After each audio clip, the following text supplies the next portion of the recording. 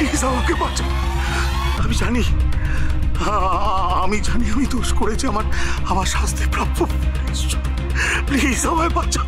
আদালত যে শাস্তি দেবে সে শাস্তি আমি মাথা পেতে নেব। আমি সমস্ত রকমের শাস্তি ভোগ করতে রাজি আছি, কিন্তু প্লিজ আমাকে এনাদের হাত থেকে বাঁচাও।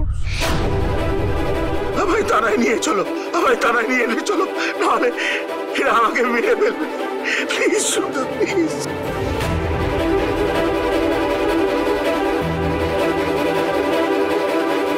একদিন এই মেয়েদের আপনি মেরে ফেলতে চেয়েছিলেন, আজকে এই মেয়েগুলোর হাতে আপনার মরতে ভয় লাগছে কেন? হ্যাঁ বলুন।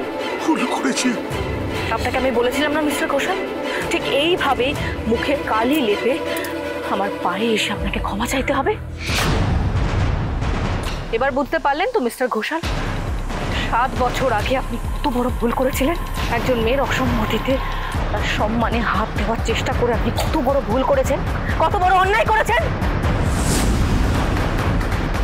আর হ্যাঁ, আমি আপনাদের আরেকটা কথা জানাতে চাই। মিস্টার ঘোষাল এত বছর কোমায় ছিলেন ঠিকই, কিন্তু সেটা আমার দিদির আঘাতে নয়। সার্থক চ্যাটার্জি নিজের স্বার্থের জন্য ওনাকে ওষুধ দিয়ে এত বছর কোমায় রেখেছিলেন। আর তার সাক্ষী আমি। সার্থক যে ওষুধগুলো মিস্টার ঘোষালকে দিত তার প্রেসক্রিপশন আমার কাছে আছে। আসলে সার্থক মিস্টার ঘোষালের জায়গাটা নিতে চেয়েছিল। এই কয়েক বছরে সার্থক এই পুরো মেয়ে পাচার চক্রটার মাথা হয়ে উঠেছিল, কিন্তু যখন দেখলো যে সুধার বুদ্ধির সাথে আর কিছুতেই পেরে উঠছে না, তখন মিস্টার ঘোষালকে আবার ফিরিয়ে আনলো।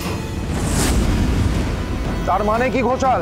মানে এটাই যে সুধা যে অপরাধ করেনি তার শাস্তি দিতে তুই এখানে এসেছিলি, কিন্তু দেখ, ভালো করে দেখ, এই শাস্তি তুই পাচ্ছিস এখন।